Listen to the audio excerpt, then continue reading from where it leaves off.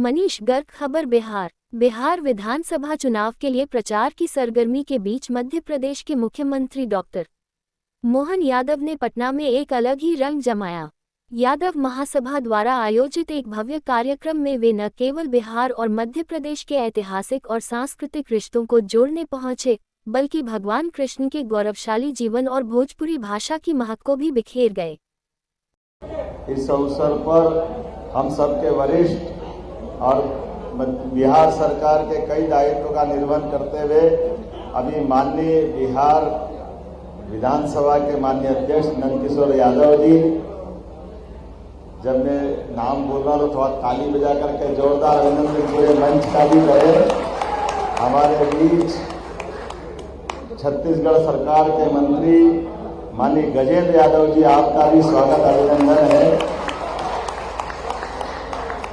इस अवसर पर पूर्व केंद्रीय मंत्री माननीय रामकृपाल यादव जी, जोरदार अभिनंदन रामकृपाल यादव जी का भी। हमारे यहाँ के विधायक, मेरे विद्यार्थी परिषद के साथी माननीय संजीव चौरसिया जी, आपका भी स्वागत अभिनंदन है। हमारे लिए इस पूरे आयोजन के सूत्रधार अशोक यादव जी, आपका भी स्वागत अभिनंदन है। कहाँ अशोक जी? पीछे दबे में। एक बार पूरे मंच का जोरदार अभिनंदन करें।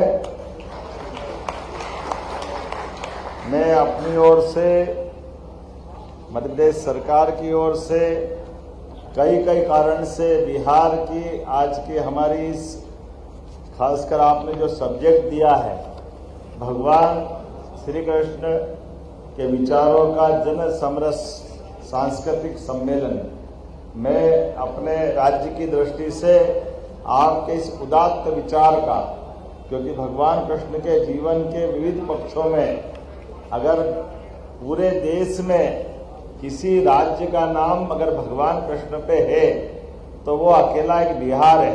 बोलो वृंदावन बिहारी लाल की। हमारे लिए अलग ही प्रकार का एहसास होता है बिहार की धरती पर जब बिहार में आते हैं और गोपाल कृष्ण की जय बोलते हैं, तो उसका आनंद ही अलग होता है। और इसका आनंद तो तब और बढ़ जाता है जब भगवान कृष्ण के अलग अलग जीवन के पक्षों को देखें तो हर एक बार उनके जीवन से जीने की ललक अलग प्रकार से मिलती है। हमारी सरकार ने, मध्य प्रदेश सरकार ने हमारे राज्य के अंदर हर नगर पालिका, निगम, नगर पालिका और नगर परिषद तक गीता भवन बनाने का निर्णय किया है पूरे प्रदेश के अंदर। और इतना ही नहीं, भगवान कृष्ण की लीलाएं हम सब जानते हैं, जो द्वारका का महत्व है, मथुरा का महत्व है, ऐसे में भगवान कृष्ण की शिक्षा उज्जैन में हुई है। 64 कला, 14 विद्या, सांदीपनि, गुरु का आश्रम। तो हमारे जितने उत्कृष्ट विद्यालय बने, तो हमने अपने गुरु को समर्पित सांदीपनि विद्यालयों की एक मालिका बना रहे। 300 से ज्यादा विद्यालय सांदीपनि जी के नाम पे कर रहे हैं, जहाँ भगवान कृष्ण की शिक्षा हुई, उस आश्रम को जीवंत करते हुए।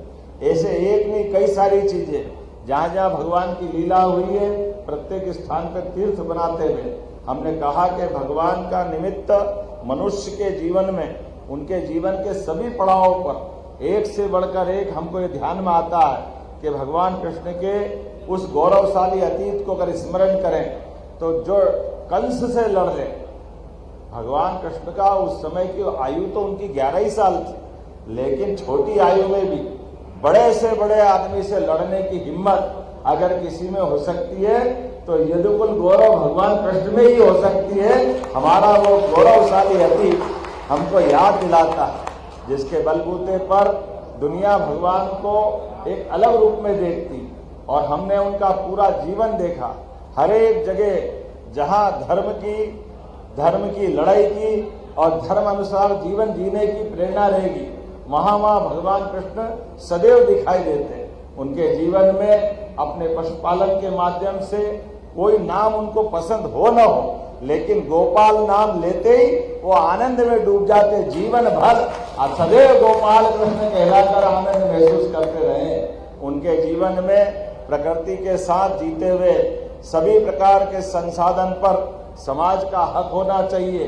इसलिए जमुना जी के अंदर भी जल की शुद्धता के लिए कालिया नाग ने कब्जा कर लिया, तो कालिया मर्दन करके भगवान कृष्ण ने एक अलग रोल अदा किया, जिनके माध्यम से समाज के संसाधनों पर जिसका हक है वो उसको मिलना चाहिए। ऐसी एक नहीं बहुत सारी बातें हैं, लेकिन आज थोड़ी समय की कमी है। लेकिन हमको लगा कि अपने इस बिहार के अंदर पटना में, जहां बिहार के अंदर भगवान कृष्ण के पुत्र सांब ने एक सूर्य मंदिर बनाया और सूर्य मंदिर बना करके उस काल के युग को जीवंत किया। और बिहार की धरती तो सदैव हर काल में, हर युग में अलग अलग प्रकार से सबको अपने अलग अलग रूप से परिचित कराती आई।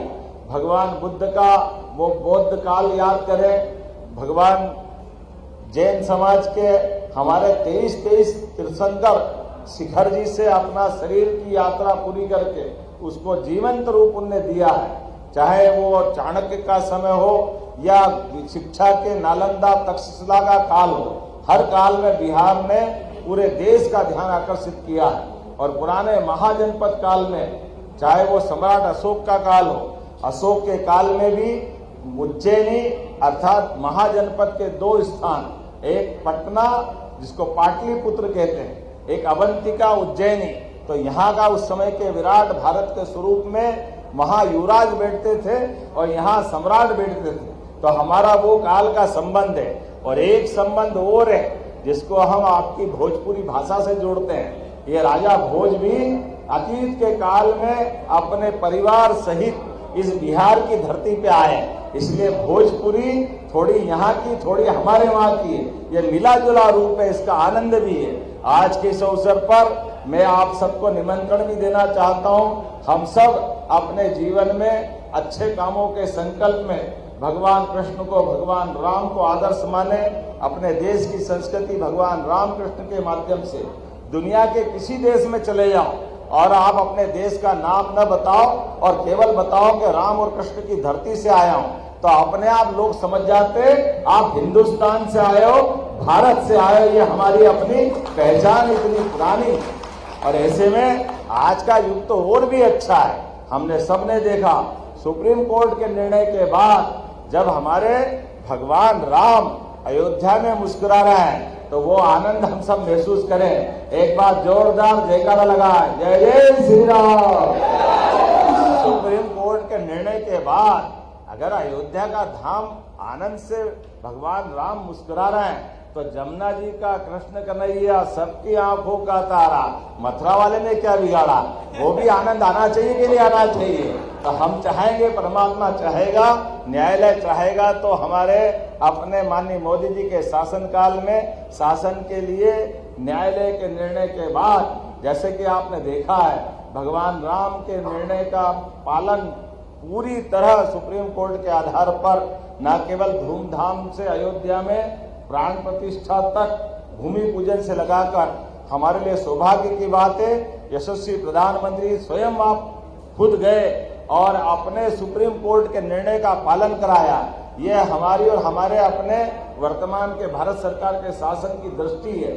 शासन का मतलब ये सभी वर्गों का ध्यान रखे। शासन का मतलब है सभी प्रकार की कल्याणकारी योजनाओं को जारी रखे।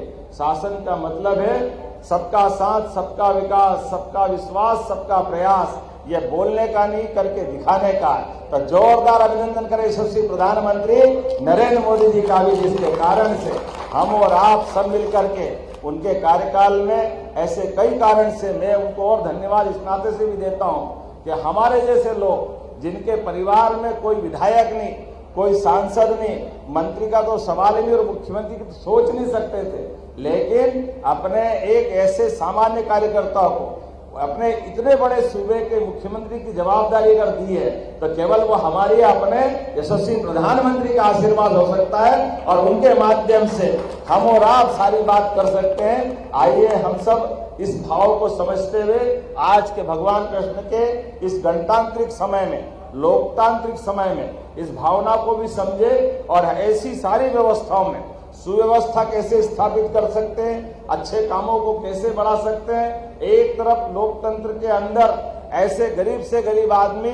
सामान्य आदमी भी बड़े से बड़े पद पे पहुंच सकते हैं।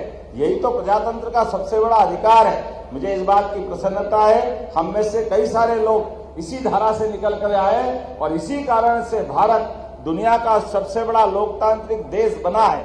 आइए हम सब मिलकर के आज के इस भावना में, खास करके भगवान के माध्यम से भी हम प्रजातंत्र के उन सूत्रों को पकड़े, उन सूत्रों के माध्यम से हमारे लोकतंत्र को गौरवान्वित करने वाले अवसरों को ढूंढे। हम सब मिलकर के एक बार जयकारा लगाएंगे, बोले गोपाल कृष्ण भगवान की। और मैं आपसे इसी के साथ विदाई लेना चाहूंगा, समय की थोड़ी कमी है। मेरे साथ माननीय हंसराज जी भाई साहब भी है, राम कृपाल जी है, माननीय नंदकिशोर जी है, हमारे मंत्री छत्तीसगढ़ माननीय हरिनारायण यादव जी, हमारे वरिष्ठ नेता चौरसिया जी। मैं अगला कोई मौका आएगा तो और विस्तार से बात करूंगा। अपनी बात को यहीं विराम करता हूं। बोले भारत माता की, भारत माता की। बहुत बहुत धन्यवाद।